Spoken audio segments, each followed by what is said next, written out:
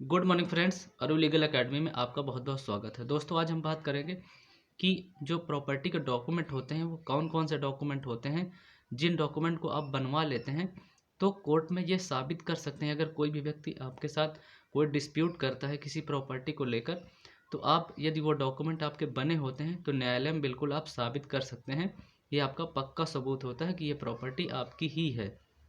तो वो कौन से डॉक्यूमेंट होते हैं जिनको आप बनवा लेते हैं, तो बिल्कुल आपको कोई भी परेशानी फ्यूचर में नहीं होती। न्यायालय में अगर कोई व्यक्ति डिस्प्यूट करता है आपकी प्रॉपर्टी को लेकर, तो आप उस डॉक्यूमेंट से बिल्कुल साबित कर सकते हैं कि यह प्रॉपर्टी मेरी ही है। वो व्यक्ति इस बात को क्लेम करेगा लेकिन साबित नहीं कर पाएगा, क्योंकि वो डॉक्यूमेंट आपने पहले से ही बनवा रखे हैं। तो कुछ सावधानियां होती हैं जिन डॉक्यूमेंट को बनवा लेने से बिल्कुल आपको टेंशन नहीं होती। कोई भी अगर व्यक्ति फ्यूचर में कोई क्लेम करता है, डिस्प्यूट करता है आपकी प्रॉपर्टी में, तो वो डॉक्यूमेंट होते हैं तो न्यायालय में बिल्कुल आप आसानी से साबित कर सकते हैं। तो उन डॉक्यूमेंट के बारे में दोस्तों डिस्कस करते हैं डिटेल में कि कौन कौन से डॉक्यूमेंट होते हैं। लेकिन दोस्तों, वीडियो को स्टार्ट करने से पहले मैं आपसे एक निवेदन करूंगा कि आप मेरे चैनल पर नए हैं, इस तरह के लीगल इन्फॉर्मेशन से रिलेटेड वीडियो पहली बार देख रहे हैं, तो दोस्तों कृपया चैनल को सब्सक्राइब करके बेल आइकन प्रेस कर लीजिए। क्योंकि जैसे सब्सक्राइब कर लेंगे तो जो भी मैं इस तरह के वीडियो अपलोड करता हूँ उसको नोटिफिकेशन आपको सबसे पहले मिल जाएगा, तो आप वीडियो को देख पाएंगे। और दोस्तों, इस वीडियो को हर उस प्लेटफॉर्म पर शेयर कीजिए जिससे जो लोग इस तरह की परेशानी उठा रहे हैं तो उनको जानकारी हो सके, वो लोग बनवा ले डॉक्यूमेंट और इस बात की उनको जानकारी रहे, किसी को व्यक्ति को वो जानकारी दे सकते हैं। और दोस्तों, जो भी लॉ बैकग्राउंड से आपके दोस्त या रिलेटिव हैं, उनको भी जो तैयारी कर रहे हैं उनको भी इस बात की क्लियर जानकारी हो जाएगी ये सारे डॉक्यूमेंट के बारे में, तो आप भी किसी व्यक्ति को बता सकते हैं। तो चलिए दोस्तों, बिना देर किए हुए वीडियो को स्टार्ट करते हैं। तो दोस्तों, वो 5 तरह के डॉक्यूमेंट होते हैं जिनको यदि बनवा लें तो बिल्कुल आपकी जो प्रॉपर्टी है उस पर आपका पक्का सबूत हो जाता है। दोस्तों, जो पहला होता है वो सेल डीड होता है। सेल डीड पहला होता है डॉक्यूमेंट। दूसरा होता है दोस्तों गिफ्ट डीड। और तीसरे तरीके का जो डॉक्यूमेंट होता है वो रिलीज डीड होता है दोस्तों। और जो चौथा डॉक्यूमेंट होता है वो पार्टीशन डीड होता है, यानी बंटवारा के लिए। और जो पांचवा होता है दोस्तों, ये विल डीड होता है, यानी वसीयत के लिए जो डॉक्यूमेंट होता है वो होता है। तो चलिए दोस्तों, जो पहला है उसके बारे में बात करते हैं। पहला जो सेल डीड होता है, जैसे कोई प्रॉपर्टी आप खरीदते हैं किसी व्यक्ति से, तो खरीदने के बाद जब आपकी जो प्रॉपर्टी रजिस्टर हो जाती है उसके बाद दाखिल खारिज होता है, तो दाखिल खारिज के बाद जो डॉक्यूमेंट आपको मिलता है प्रॉपर्टी खरीदने का, तो उसमें आपका नाम होता है, प्रॉपर्टी कितने की खरीदी है। तो वो जो कागजात आपको मिलता है उसमें ये सबूत होता है कि आपका ये डॉक्यूमेंट है, आपकी ये प्रॉपर्टी है। तो न्यायालय में कोई डिस्प्यूट होने पर वो डॉक्यूमेंट आप न्यायालय को दिखा सकते हैं कि ये प्रॉपर्टी मेरी ही है। तो इसको बोलते हैं दोस्तों सेल डीड। दूसरे तरीके की जो होती है डीड, वो गिफ्ट डीड होती है, यानी दान में पाई हुई प्रॉपर्टी। यदि मान लीजिए कोई व्यक्ति आपको कोई भी प्रॉपर्टी दे रहा है, तो जैसे ही वो दान आपको कर देता है तो उसकी गिफ्ट डीड एक न्यायालय से बनती है।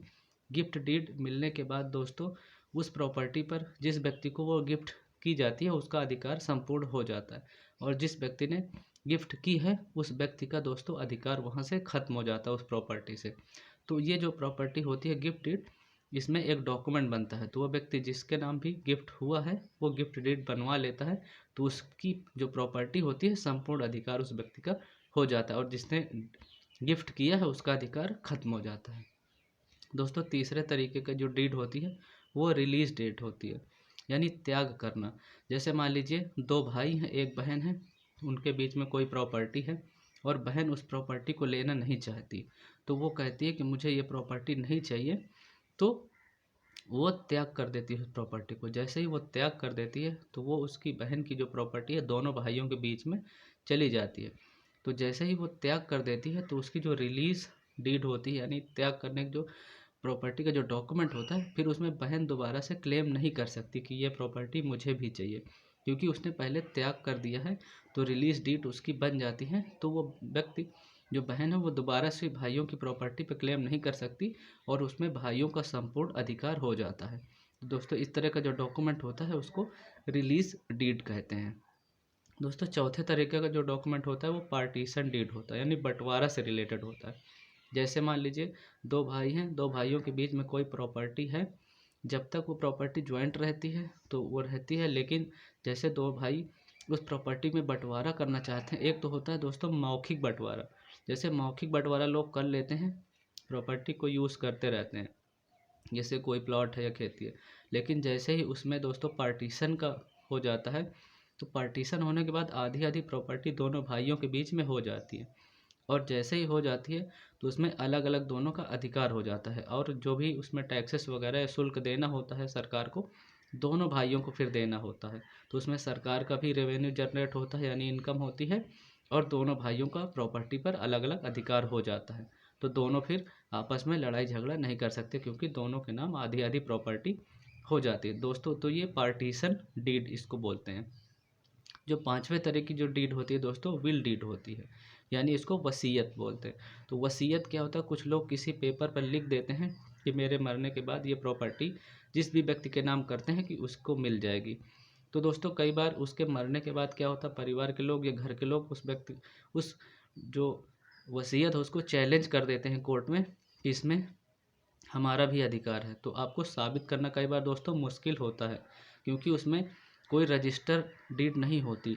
यदि आपको कोई भी इस तरह की वसीयत करता है, तो अगर आपने रजिस्टर करवा ली है कोर्ट के थ्रू, तो रजिस्टर्ड होने के बाद आपको, जैसे कोई भी व्यक्ति उसमें डिस्प्यूट करता है, तो आपको साबित करना आसान होता है, क्योंकि वो आपके नाम रजिस्टर्ड होती है और आपको प्रॉपर्टी मिल जाती है। उसके उस व्यक्ति जिस व्यक्ति ने किया है वसीयत, उसके मरने के बाद आपका अधिकार हो जाता है। अगर कोई व्यक्ति उसमें डिस्प्यूट करता है, कोई मामला न्यायालय में लाता है, तो आपके पास विल डीड है, यानी वसीयत की जो डीड है उसको कोर्ट में दिखा सकते हैं कि ये हमने रजिस्टर करवा लिया था, और वो पक्का सबूत माना जाता है। तो उसमें आपको दोस्तों आसानी होती है। लेकिन यदि किसी सादे पेपर में लिखा है, तो आपको कई बार साबित करने में समस्या आ सकती है दोस्तों। तो ये 5 तरीके के डॉक्यूमेंट हैं। आशा करता हूँ जो भी मैंने जानकारी दी है आपको ज़रूर पसंद आएगी। इस वीडियो को हर उस प्लेटफॉर्म पे शेयर कीजिए दोस्तों, जिससे लोगों को डॉक्यूमेंट के बारे में जानकारी हो सके और वो अवेयर हों। तो दोस्तों आज के लिए इतना ही। Thank you so much watching for this video. Stay connected. जय हिंद एंड जय भारत।